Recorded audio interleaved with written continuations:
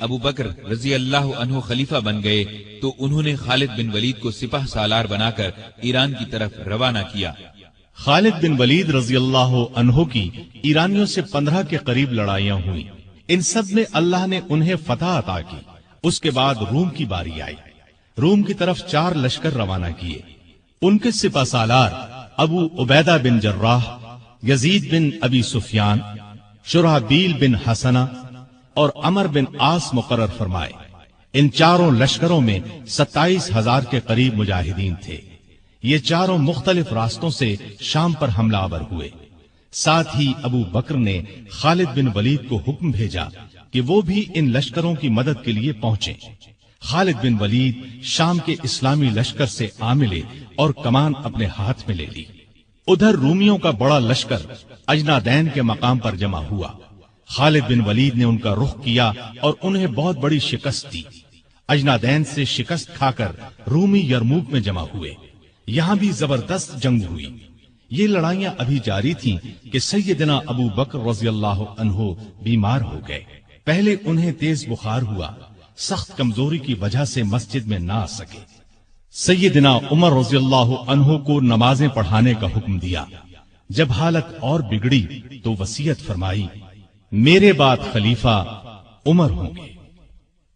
یہ وصیت سن کر بعض صحابہ نے عرض کی، عمر کے مزاج میں سختی ہے، تو ابو بکر نے فرمایا، جب خلافت کا بوجھ سر پر پڑے گا تو یہ سختی جاتی رہے گی۔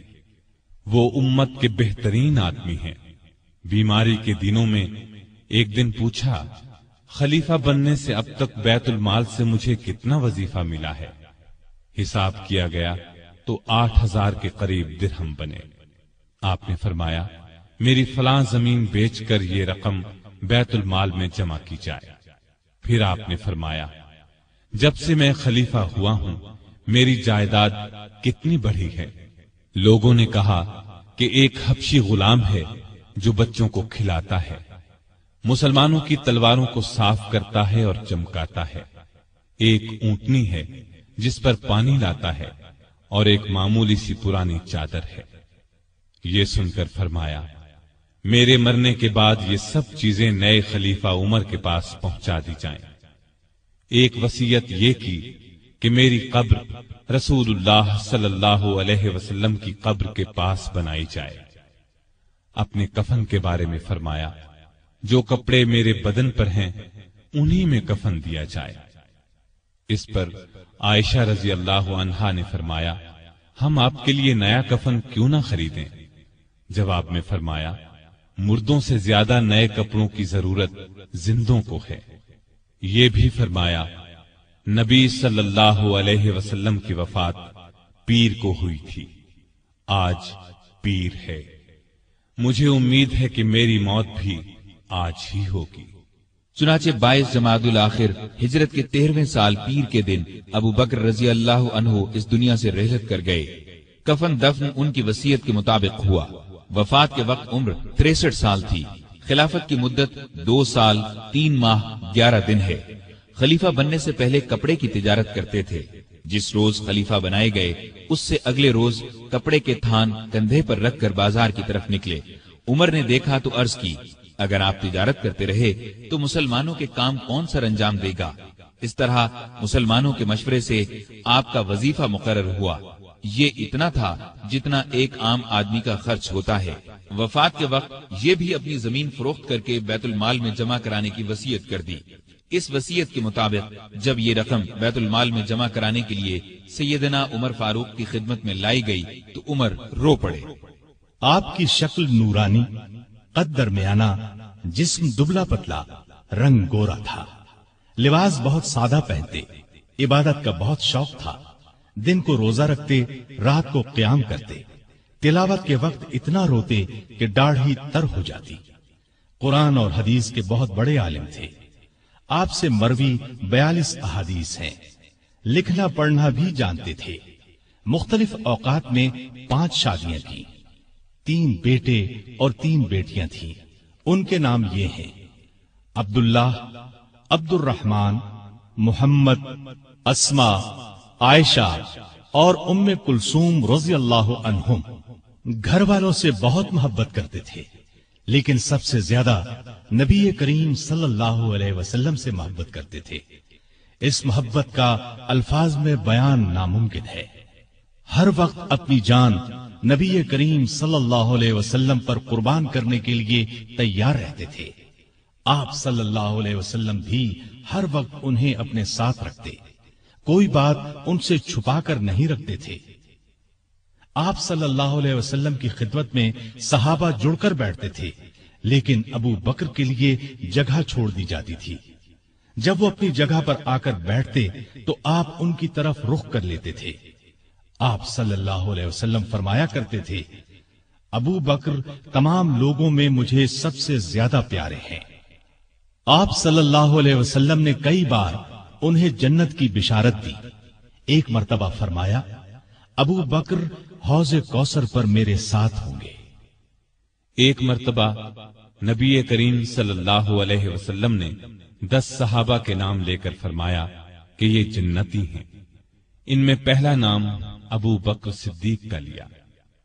ابو بکر صدیق غریبوں اور محتاجوں کی بہت مدد کرتے تھے، اللہ کے راستے میں خرچ کرنے میں سب کو پیچھے چھوڑ دیتے تھے۔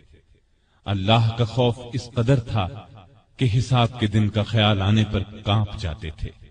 فرمایا کرتے تھے، کاش میں ایک تنکا ہوتا، کسی کو کوئی بات کہہ دیتے تو فوراً اس سے معافی مانگ لیتے۔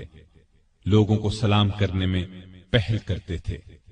پرہیزگاری تو حد درجے کی تھی۔ ایک دن آپ کا غلام کھانے کی کوئی چیز لایا، آپ نے اس میں سے کچھ کھا لیا، لیکن کھانے کے بعد غلام نے آپ سے پوچھا، آپ کو معلوم ہے کہ آپ نے جو کھایا ہے وہ کیا ہے؟ آپ نے فرمایا، بتلاؤ یہ کہاں سے آیا ہے؟ اس نے بتایا کہ زمانہ جاہلیت میں ایک شخص نے مجھ سے کچھ منتر پڑھوایا تھا، یہ اس کی اجرت ہے۔ یہ سن کر ابو بکر نے اپنا ہاتھ منہ میں ڈالا اور جو کچھ پیٹ میں گیا تھا قے کے ذریعے سب کچھ باہر نکال دیا۔ مزاج میں بہت عاجزی تھی۔ خلیفہ بننے سے پہلے محلے والوں کی بکریوں کا دودھ دو دیتے تھے۔ خلیفہ بننے کے بعد بھی یہ معمول نہ چھوڑا، لوگوں کو بہت اچھی اچھی نصیحتیں کرتے رہتے تھے۔ فرماتے ہیں، مصیبت کی جڑ انسان کی گفتگو ہے۔ عقل مند کی پہچان یہ ہے کہ وہ زیادہ باتیں نہیں کرتے۔ سچائی امانت اور جھوٹ بددیانتی ہے۔ کسی مسلمان کو حقیر نہ جانو۔ جس قوم میں بری باتیں عام ہو جائیں تو اللہ اس کو مصیبت میں ڈال دیتا ہے۔ ہر اچھے کام کے ثواب کا ایک اندازہ ہے، لیکن صبر کا ثواب بے اندازہ ہے۔ گناہ سے توبہ کرنا ضروری ہے، لیکن گناہ سے بچنا اس سے بھی زیادہ ضروری ہے۔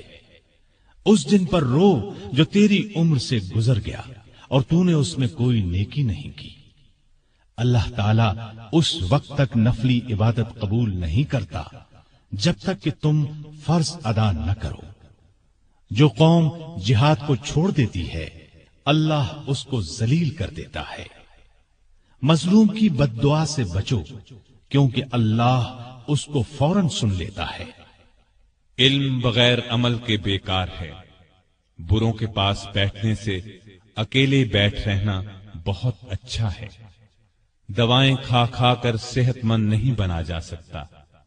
جس پر نصیحت اثر نہ کرے اس کا دل ایمان سے خالی ہے۔ مسکین اور محتاج کو عاجزی اور ادب سے خیرات دو، اس لیے کہ خوشی سے خیرات دینا اس کے قبول ہونے کی نشانی ہے۔ اللہ سے شرم کرو۔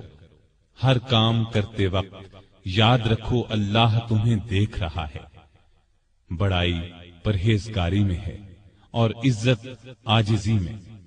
آپس میں بھائی بھائی بن کر رہو جیسا کہ تمہیں اللہ نے حکم دیا ہے۔